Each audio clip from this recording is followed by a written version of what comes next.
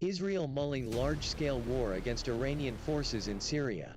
Israel is considering the possibility of a direct conflict with Iran's Revolutionary Guard in Syria and its proxies in Lebanon, Iran International has learned.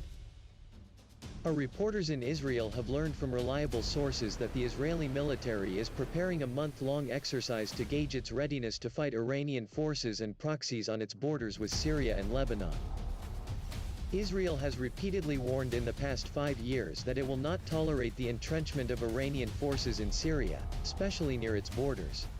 It has launched hundreds of air raids against suspected Iranian targets, weapons depots, and arms shipments in Syria and from there to Lebanon.